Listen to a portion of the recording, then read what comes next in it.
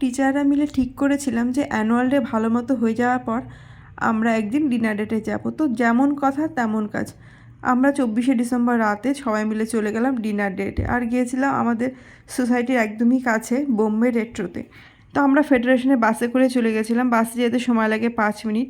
তো ওখানে গিয়ে 7:30 নাগাদ ঢুকলাম, ঢুকে প্রথমে ছবি তোলা, রিলস বানানো, যা যা ম্যান্ডেটরি আমাদের, তো ওগুলো করে নিলাম। করে নেওয়ার পর তারপর সবাই মিলে বসে ডিসাইড করলাম কে কোনটা খাবে। আর আমরা এখানে সবাই ভেজই অর্ডার করেছিলাম, কারণ আমাদের বেশিরভাগ টিচারই ছিল ভেজিটেরিয়ান।